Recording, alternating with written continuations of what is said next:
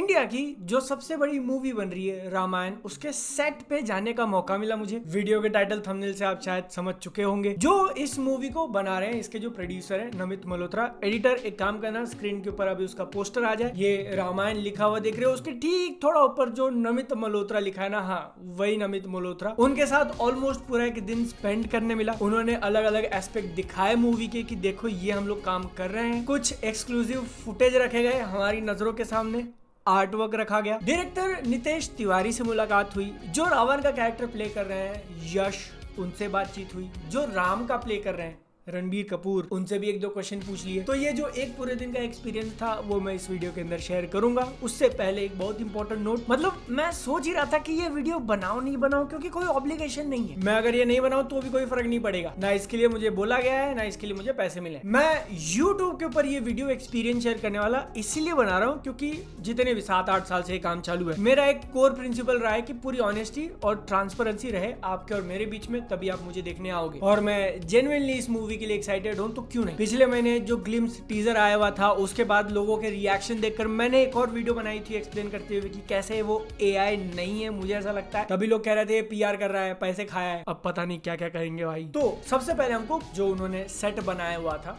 वहां लेके जाते हैं। किस चीज का सेट था, क्या शूट कर रहे थे वो लोग, उसके डिटेल्स में तुम्हारे साथ शेयर नहीं कर सकता हूँ, एनडीए है। बट वो सीन मूवी के अंदर कैसा दिख सकता है, इसका एक प्रीवियस दिखाया गया हमको। मैं बोलूंगा कमाल का था। मूवी में फाइनल फिनिश्ड प्रोडक्ट वो कैसा लगेगा आई डोंट नो, बट जो आइडिया था उनका उस सीन को बिल्ड करने के पीछे, वो मुझे अच्छा लगा। आई होप कि जब मूवी रिलीज होगी तब मैं तुमको एग्जैक्टली पिन पॉइंट करके बता पाऊंगा कि कौन सा था वो। इस पूरे टूर से जो मुझे एक ओवरऑल चीज समझ में आई ना, कि मेकर्स का जो इंटेंट है, जो वो लोग चाह रहे बनाना कि ये सीन है, इसके अंदर ये कैरेक्टर्स हैं, तो वो ऐसा दिखना चाहिए। आई फील कि वो एक सही जगह पे है और काफी ग्रैंड स्केल पे है। मेरे पॉइंट ऑफ व्यू से आपके मन में रामायण की कोई एक अलग इमेज है, तो हो सकता है कि आप उससे सेटिस्फाइड ना हो, लेकिन यहाँ पर मैं सिर्फ अपनी बात कर सकता हूँ। उसी सेम लोकेशन सेम सेट के ऊपर हमने एक सीन को शूट होते हुए देखा कुछ।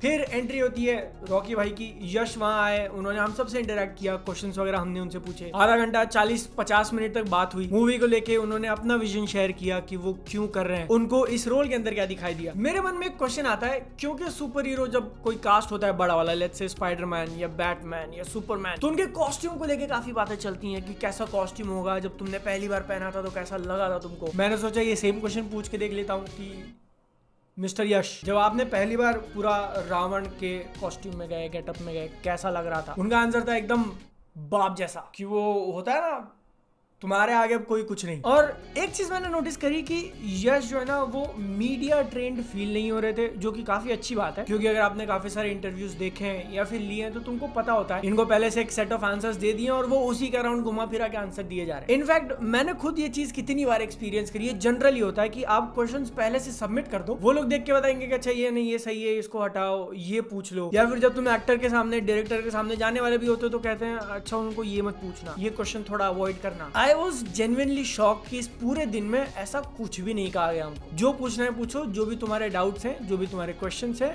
और उनके आंसर दिए गए। इवन जो रिएक्शन लोगों के निकल गए थे रामा टीजर देखने के बाद, पॉजिटिव नेगेटिव दोनों, उसको भी एड्रेस किया गया। मेकर्स की तरफ से उनका पॉइंट ऑफ व्यू बताया गया कि जो रामा का टीजर था वो क्यों था, उसको डिजाइन ऐसा किया गया था तो क्यों किया था। जिसके बाद फिर हम लोग लंच करने जाते हैं। मूवी का सेट विजिट करना और सेट का खाना खाना, ये दो बकेट लिस्ट में से टिक मार्क हो गए मेरे। और वो भी बताओ सीधा रामायण के स्टेज पे, बाप रे। जिसके बाद फिर हम लोग एक दूसरी शूटिंग देखने जाते हैं और वहां पर रणबीर कपूर की चल रही थी, वो भी एक एक्शन सीक्वेंस। और हम लोग वहां बैठ के देख रहे हैं भाई, एक बार किया, 2 बार किया, 3 बार किया, जब तक एक्शन डायरेक्टर को सेटिस्फाई नहीं हुआ। एक शॉट जो मुश्किल से 1 सेकंड के लिए रहेगा स्क्रीन पे, 1.5 सेकंड, ज्यादा से ज्यादा 2 सेकंड मैक्स, जिसमें आपकी शक्ल भी नहीं दिख रही, उसके लिए आप लगे हुए 4 बार 5 बार वही सेम चीज करते हुए। फिल्म मेकिंग बहुत टफ काम है भैया। वहीं पर मैंने नमित मल्होत्रा से एक क्वेश्चन पूछा कि क्या ये पूरी मूवी 1.90 एस्पेक्ट रेशियो में शूट हो रही है, तो उनका आंसर था हाँ। इसका मतलब कि आप इंडिया के अंदर जितने भी आईमैक्स है वहां पर जाके देखोगे तो पूरी की पूरी पिक्चर वो स्क्रीन भरा हुआ रहेगा, जिसके हिसाब से वो लोग ये सीन्स को शूट भी कर रहे थे मॉनिटर के ऊपर मार्किंग करके। अगले पड़ाव में हम लोग चलते हैं कुछ एक्सक्लूसिव फुटेज देखने की तरफ, लेकिन उससे पहले रामायण मूवी का जो ओरिजिनल टीजर था, एकदम सबसे पहले वाला ग्लिम्स,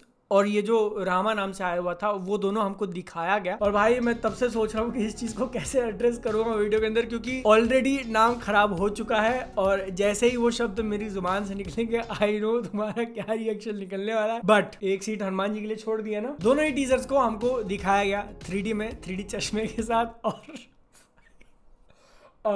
3D में देखकर बढ़िया मजा आया। लियो बन गई क्लिप, काट के वायरल कर दो। अब जिसको एक्सप्लेनेशन सुनना है उसके लिए डीप वाला आंसर। अब वो एक डेडिकेटेड थिएटर था जिसका साउंड सिस्टम इतना जबरदस्त कि सीट हिल रही है हमारी, वाइब्रेट कर रही है पूरी। और ये मेकर्स के पास खुद की लोकल फाइल थी जो वो लोग लोकली चला रहे थे, तो कोई भी कंप्रेशन वगैरह ना टेंशन। मैंने उन दोनों ही ग्लिम्सेस को, स्पेशली जो लेटेस्ट रामा वाला आया था उसको बहुत बार देखा है अपनी लैपटॉप की स्क्रीन पे, जो 4K 27 इंच का मॉनिटर है उसके ऊपर, जो ये OLED टीवी मैंने लिया LG का Quantum.G5, और दो स्पेसिफिक एरिया में मुझे काफी ज्यादा इंप्रूवमेंट दिखाई दी, वही सेम एग्जैक्ट फुटेज। बस फर्क इतना है कि एक मैं यहाँ पर देख रहा हूँ YouTube के ऊपर और एक मैं उनके स्टूडियो में देख रहा हूँ। सबसे पहला कि जो सेपरेशन, डेप्थ वाला इफेक्ट हम लोग कहते हैं ना, जिसको 3D कहा जाता है, वो इस पूरे टीजर में एक सही प्लेस से फील होता है ना, बहुत ही ज्यादा तुम्हारे मुंह के ऊपर कि ये लो 3D देख लो भाई। टेक्स्ट वगैरह जो भी लिख के आ रहे हैं वो तुम क्लियरली देख पा रहे हो कि आगे पीछे प्लेसमेंट किया हुआ है वहां पे 3D स्पेस में। और दूसरी चीज जो मैंने नोटिस करी वो एक्स्ट्रा डिटेल्स जो मुझे इस टीवी के ऊपर भी नहीं दिखाई दिए थे। क्यों?